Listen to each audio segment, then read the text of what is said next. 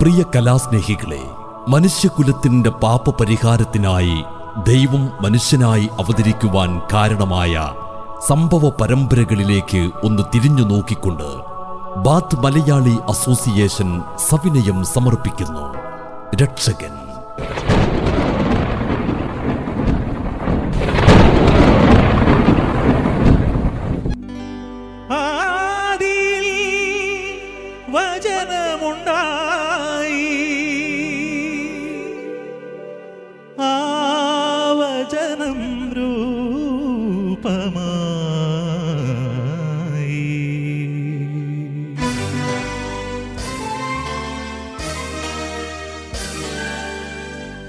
ആദിയിൽ വചനമുണ്ടായി, ആ വചനം രൂപമായി. ആദിയിൽ വചനമുണ്ടായി, ആ വചനം രൂപമായി. ആദിയിൽ വചനമുണ്ടായി.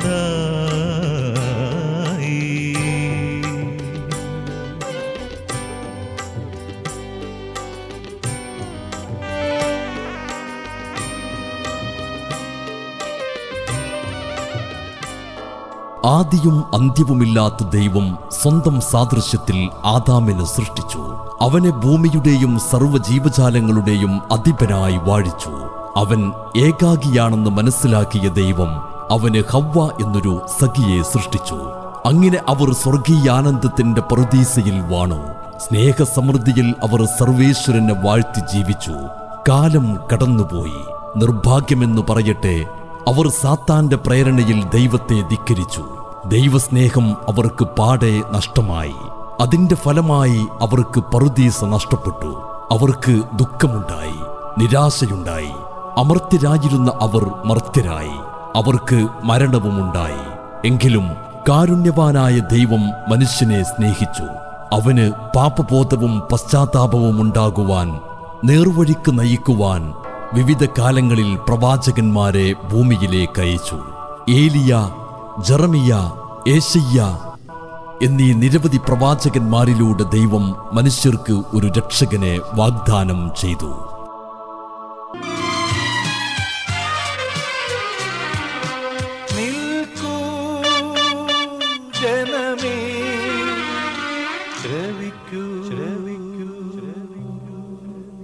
ഇതാ കർത്താവിന് വഴിയൊരുക്കുവിൻ, അവന്റെ പാത നേരെയാക്കുവിൻ.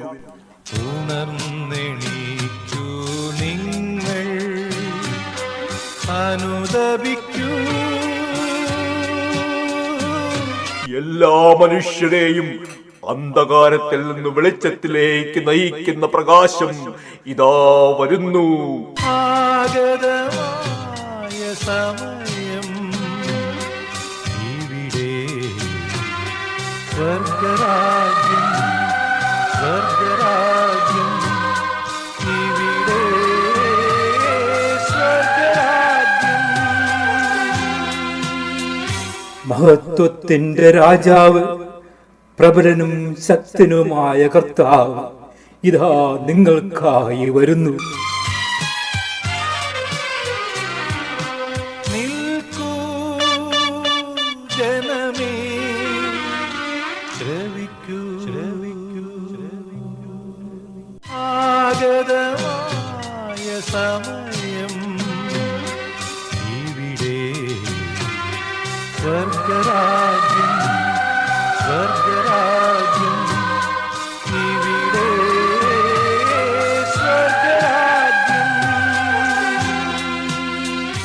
അങ്ങനെ പശ്ചാത്താപത്തിലും പ്രത്യാശയിലും ഉരുകിത്തെളിഞ്ഞ മനുഷ്യരാശിയെ വീണ്ടെടുക്കുവാൻ പ്രവാചക വചനങ്ങൾ പൂർത്തീകരിച്ചുകൊണ്ട് സർവശക്തനായ ദൈവം സ്വപുത്രനെ ലോകത്തിലേക്ക് അയക്കുവാൻ തീരുമാനമാകുന്നു.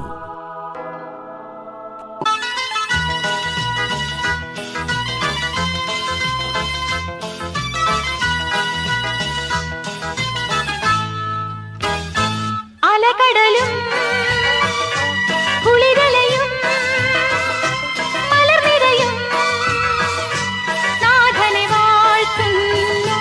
അലകടലും കുളിരലയും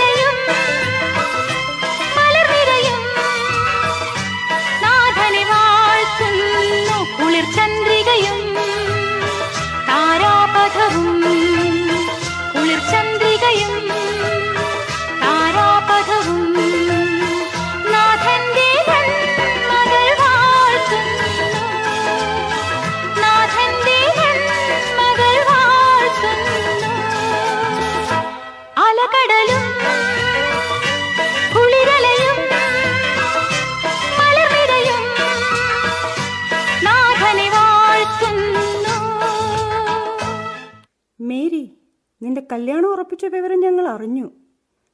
ഞങ്ങളോടൊന്നും പറയാതെ നടക്കുക അല്ലേ?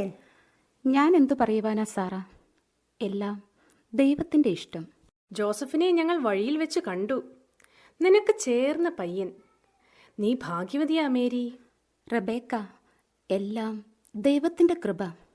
അല്ലാതെ ഞാൻ എന്താ പറയുക? ഓ, നേരെ ഒരുപാട് വൈകി. എന്നാ ഞങ്ങൾ പോട്ടെ മേരി. എങ്കിൽ നിങ്ങൾ ചെല്ല്, ഞാൻ കുറച്ച് സമയം കൂടി പ്രാർത്ഥിക്കട്ടെ.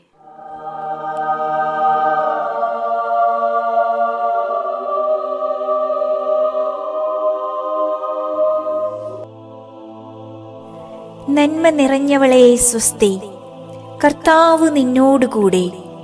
നീ ഒരു പുത്രനെ പ്രസവിക്കും, അവന് യേശു എന്നു പേരിടണം. ഇതെങ്ങനെ സംഭവിക്കും? ഞാൻ പുരുഷനെ അറിയുന്നില്ലല്ലോ. എൻ്റെ കല്യാണം പറഞ്ഞു വച്ചിട്ടേ ഉള്ളൂ. എനിക്ക് പേടിയാകുന്നു. ഭയപ്പെടേണ്ട മേരി, ദൈവത്തിന് അസാധ്യമായി ഒന്നുമില്ല. അവിടുന്ന് നിന്റെ മേൽ വസിക്കും. ലോകത്തിന്റെ പാപം നീക്കുന്ന ദൈവത്തിന്റെ പുത്രനെ നീ പ്രസവിക്കും.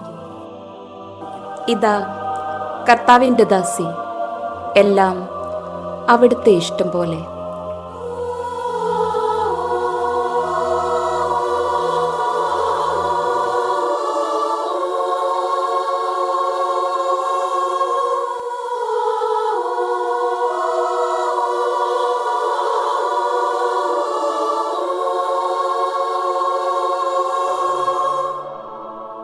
മേരിക്ക് വിവാഹം പറഞ്ഞുറപ്പിച്ചിരുന്ന ജോസഫ് ദാവീദിന്റെ വംശത്തിൽ പെട്ടവനായിരുന്നു. ജോസഫ് നല്ലവനും നീതിമാനും ദൈവത്തിൽ വിശ്വാസമർപ്പിച്ചവനുമായിരുന്നു. ജോസഫ് ഒരു മരപ്പണിക്കാരനായിരുന്നു.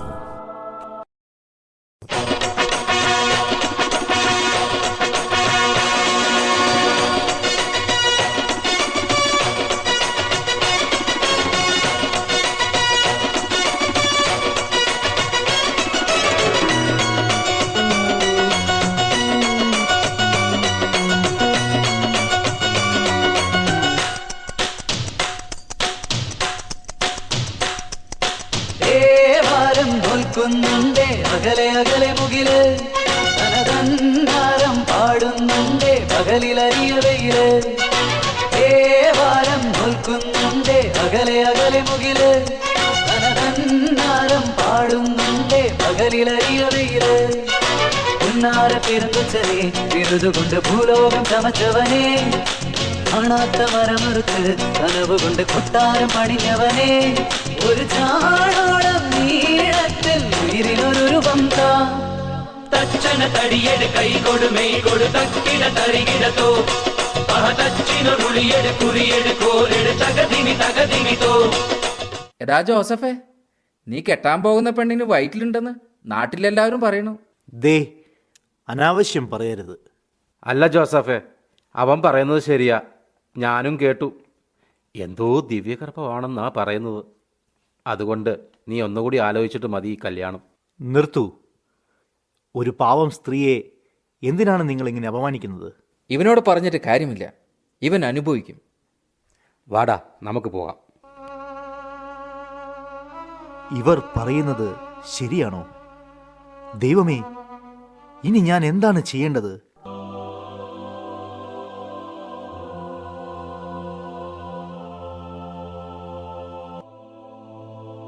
ജോസഫ്, നിന്റെ ഭാര്യയാകാൻ പോകുന്ന മേരിയെ സംശയിക്കേണ്ട. അവളുടെ ഉദരത്തിൽ വളരുന്നത് ദൈവപുത്രനാണ്. ഇനി അവനെ സംരക്ഷിക്കേണ്ടത് നിന്റെ ഉത്തരവാദിത്വമാണ്.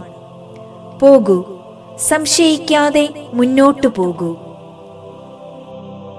ദൈവമേ, ഇതാ ഞാൻ പോകുന്നു.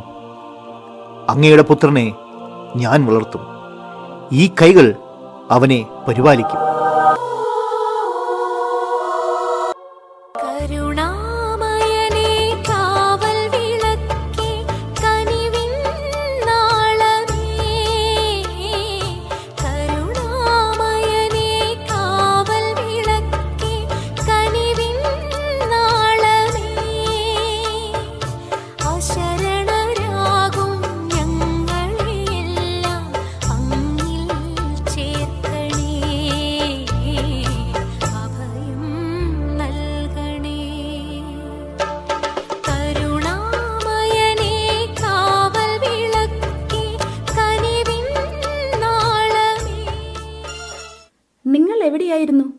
ഞാൻ എവിടെയെല്ലാം അന്വേഷിച്ചു.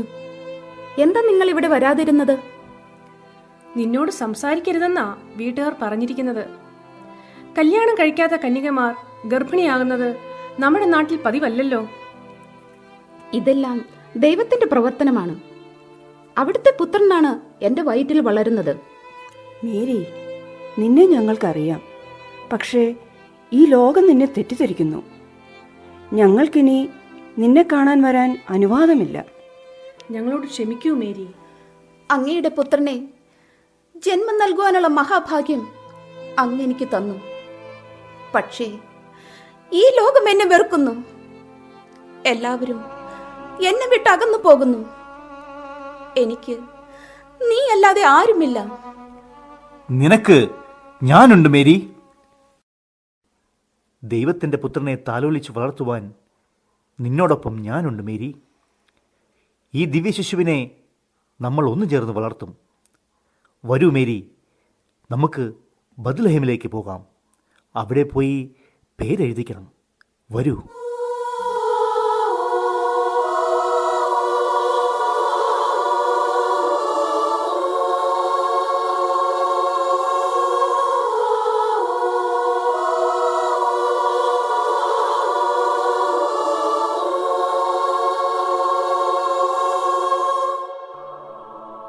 രാജകൽപ്പന പ്രകാരം തങ്ങളുടെ പേരെഴുതിക്കുവാൻ ജോസഫ് മേരിയുമായി ബത്ലഹേമിലേക്ക് പോയി. ഒരുപാട് ദൂരം യാത്ര ചെയ്ത് വളരെ വൈകിയാണ് അവർ ബത്ലഹേമിലേക്ക് എത്തിയത്. അയ്യോ, എനിക്കിനി മുമ്പോട്ട് നടക്കാൻ വയ്യ. സമയമായെന്ന് തോന്നുന്നു. സാരമില്ല മേരി, കുറച്ചുകൂടി നടന്നാൽ മതി. അയ്യോ, എനിക്ക് ഒട്ടും വയ്യ. എവിടെയെങ്കിലും ഒന്ന് കിടക്കണം. ദാ അവിടെ ഒരു വെട്ടം കാണുന്നുണ്ട്. അതൊരു സത്രമാണെന്ന് തോന്നുന്നു. നമുക്ക് അവരോട് ഒരിടം ചോദിക്കാം. ആരാ? എന്തു വേണം? ഞങ്ങൾ അങ്ങ് ദൂരെ നിന്ന് വരികയാ. സമയം ഒരുപാട് വൈകി. കിടക്കാൻ ഒരു സ്ഥലം കിട്ടിയിരുന്നെങ്കിൽ. അയ്യോ, സത്രം മുഴുവൻ ആളാ, ഒട്ടും സ്ഥലമില്ല. എങ്ങനെയെങ്കിലും സഹായിക്കണം. എൻ്റെ ഭാര്യ പൂർണ്ണ ഗർഭിണിയാണ്. ഞങ്ങളോട് ദയവായി കരുണ കാണിക്കണം. എനിക്ക് ഒട്ടും വയ്യ. ശരി, ഞാൻ സഹായിക്കാം. കാശ് എത്രയുണ്ട് കയ്യിൽ? ഞങ്ങളുടെ അടുത്ത് കാശൊന്നുമില്ല. 5 പൈസയില്ലാതെ രാത്രി ഇറങ്ങിയിരിക്കുക, ഗർഭിണിയായ ഒരു പെണ്ണുമായിട്ട്. മനുഷ്യൻ്റെ ഉറക്കം കെടുത്താൻ. വേഗം സ്ഥലം കാലിയാക്കാൻ നോക്ക്. പോ പോ. അയ്യോ, എനിക്കൊട്ടും വയ്യ. വല്ലാത്ത വേദന. ദൈവമേ, ഞങ്ങൾ ഇനി എന്ത് ചെയ്യും? ഈ രാത്രിയിൽ ഞങ്ങൾ എങ്ങോട്ട് പോകും? ദൈവമേ, അങ്ങയുടെ പുത്രനെ ജനിച്ചു വീഴുവാൻ ഈ മണ്ണിൽ ഒരിടം പോലുമില്ലേ? മേരി, അത് കണ്ടോ? ആ കന്നുകാലിക്കൂട്ടിൽ പിറക്കും ദൈവപുത്രൻ, ഈ വീണിന്റെ രാജകുമാരൻ. ലോകം ഉറങ്ങുന്ന മകരമാസത്തിലെ ആ തണുപ്പുള്ള രാത്രിയിൽ ദരിദ്രനിൽ ദരിദ്രനായി ഒരു കാലിത്തൊഴുത്തിൽ ഉണ്ണിയേശു പിറന്നു വീണു. സ്വർഗ കവാടം തുറന്നു. ആകാശത്തിൽ ദിവ്യനക്ഷത്രം ഉദിച്ചുയർന്നു. വാനവീഥികളിൽ മാലാക്കമാർ സ്തുതിഗീതം പാടി വാഴ്ത്തി.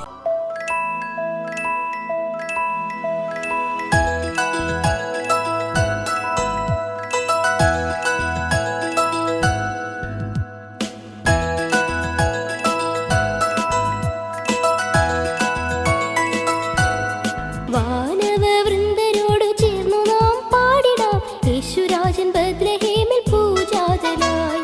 പ്രവാചകന്മാർ പണ്ടേ പ്രവചിച്ച വചനമെന്ന് മാംസമായി മണ്ണിന്റെ രക്ഷകനായി. ആട്ടിടയരോട് ചേർന്ന് ആടിയിടാം, കൂട്ടുകാരനുണ്ണിയെ വണങ്ങിടാം. ആട്ടിടയരോട് ചേർന്ന് ആടിയിടാം, കൂട്ടുകാരനുണ്ണിയെ വണങ്ങിടാം. യേശുനാമം പുണ്യനാമം, നല്ല നാമം, വന്യനാമം, രാജാക്കന്മാർക്ക് പോലും സ്വർഗീയ നാമം. യേശുനാമം പുണ്യനാമം, നല്ല നാമം, വന്യനാമം, രാജാക്കന്മാർക്ക് പോലും സ്വർഗീയ നാമം. യേശുവിന്റെ ജന്മവാർത്ത ആദ്യമറിഞ്ഞത് ആ ദേശത്ത് ആടിനെ മേയിച്ച് തീ കാഞ്ഞുകൊണ്ടിരുന്ന ദരിദ്രന്മാരായിരുന്ന ചില ആട്ടിടയന്മാരായിരുന്നു. ഓ, എന്തൊരു തണുപ്പ്! ഈ തണുപ്പത്ത് ആടിനെ മേയ്ക്കാൻ വിധിക്കപ്പെട്ടവരാണ് നമ്മൾ. നമ്മുടെ ദുഃഖം കാണാൻ ഇവിടെ ആരുണ്ട്? നമ്മുടെ സ്വരം കേൾക്കാൻ ഈ ആടുകൾ മാത്രം. പ്രതീക്ഷിക്കുവാനും പ്രത്യാശിക്കാനും അവകാശമില്ലാത്ത വെറും ആട്ടിടയന്മാരാണ് നമ്മൾ.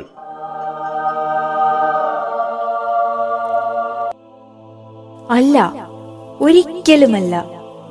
നിങ്ങളുടെ സ്വരം കേൾക്കുവാൻ, കണ്ണീരുപ്പുവാൻ ഇതാ നിങ്ങൾക്കായി ഒരു രക്ഷകൻ പിറന്നിരിക്കുന്നു.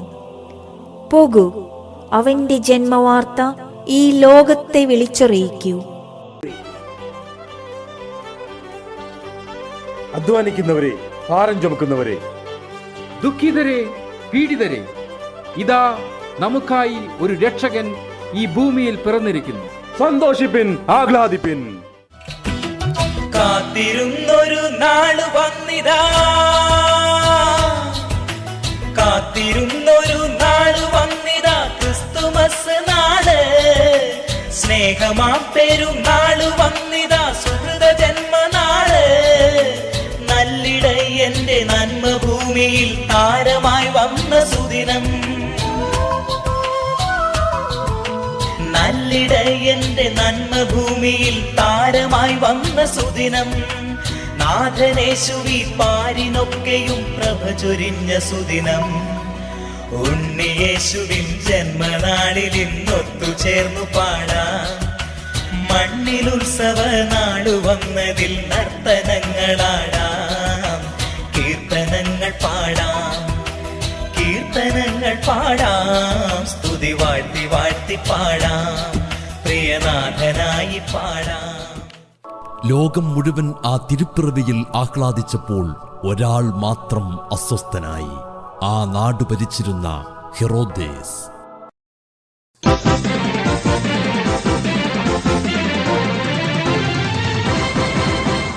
ആരിവിടെ? ഞങ്ങളിവിടെ. നമ്മെ ആനന്ദത്തിൽ ആറാട്ടാണ്. കൊട്ടാര നർത്തകിമാരെത്തിയോ? എപ്പോഴേ എത്തി പ്രഭു. അവരെല്ലാവരും അണിഞ്ഞൊരുങ്ങി അങ്ങയുടെ വിളിയും കാത്തിരിക്കുകയാണ്. എങ്കിൽ കിടന്നു വരാൻ പറയൂ. അല്ല പ്രഭു, അവർ കിടന്നു വരണോ അതോ നടന്നു വരണോ? എങ്ങനെയെങ്കിലും വരാൻ പറയണോ?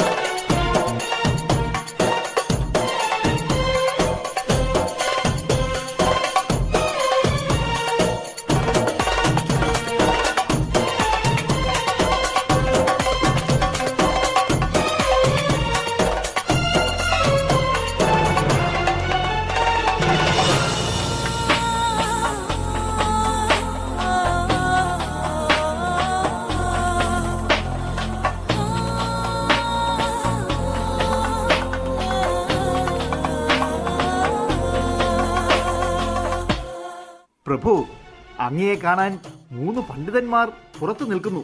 എന്ത്? നമ്മെ കാണാൻ പണ്ഡിതന്മാരോ? എങ്കിൽ കിടന്നു വരാൻ പറയൂ. അല്ല പ്രഭു, കിടന്നു വരാൻ പറയണോ അതോ നടന്നു വരാൻ പറയണോ? ഓ, എന്റെ വാളിന് മൂർച്ചയില്ലാതെ പോയി. അല്ല, രണ്ടരെ ഞാൻ തല്ലിക്കൊന്നാനെ. എങ്ങനെയെങ്കിലും വരാൻ പറയണോ?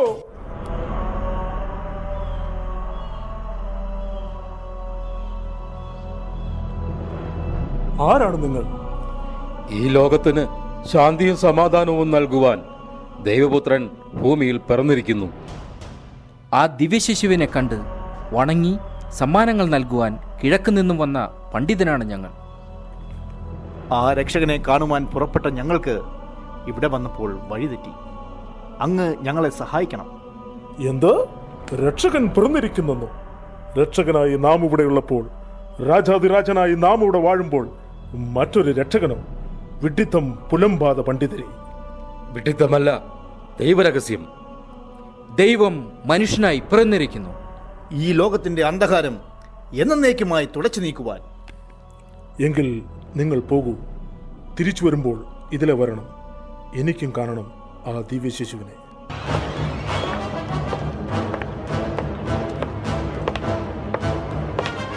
ലോകരക്ഷകൻ? ഇല്ല, സമ്മതിക്കില്ല ഞാൻ. അരിഞ്ഞുകളയും. ആരിവിടെ? ഈ നാട്ടിൽ പിറന്നു വീണിരിക്കുന്ന എല്ലാ ആൺകുട്ടികളെയും കൊന്നൊടുക്കുവിൻ.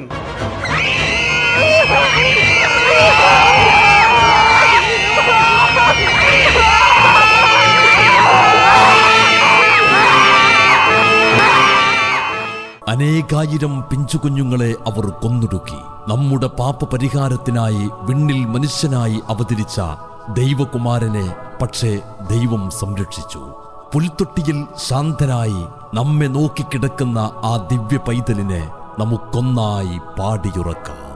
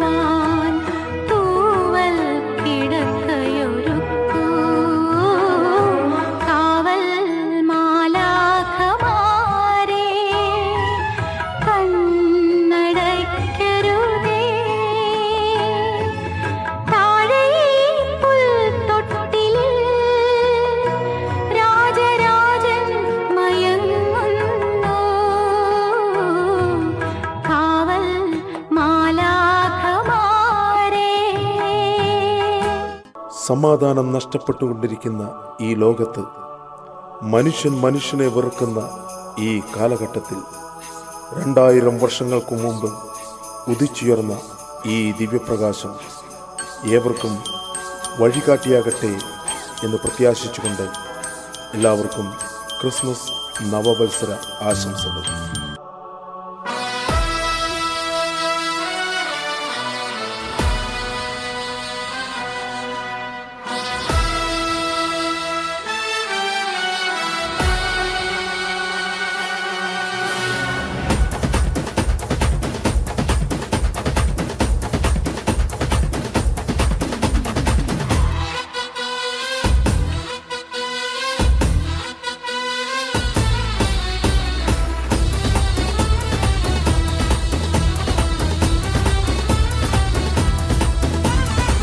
ബേത്ലഹേമിലെ തുമഞ്ഞ രാത്രിയിൽ ആനന്ദഗീതങ്ങൾ കേൾക്കുന്ന വാനിൽ ധനുമാസ കുളിരിൻ പൊൻപ്രഭയിൽ കാലിക്കൂട്ടിൽ ഉണ്ണീശോ പിറന്നുവല്ലോ. കാലങ്ങളായിരം കാത്തൊരു പൈതൽ, പാരിന്റെ പാപങ്ങൾ നീക്കിയ പൈതൽ ഇന്നീ ഭൂവിൽ പിറന്നുവല്ലോ. ഈ കാലിക്കൂട്ടിൽ ഉണ്ണീശോ പിറന്നുവല്ലോ. കാലിക്കൂട്ടിൽ ഉണ്ണീശോ പിറന്നുവല്ലോ. ബേത്ലഹേമിലെ തുമഞ്ഞ രാത്രിയിൽ ആനന്ദഗീതങ്ങൾ കേൾക്കുന്ന വാനിൽ ധനുമാസ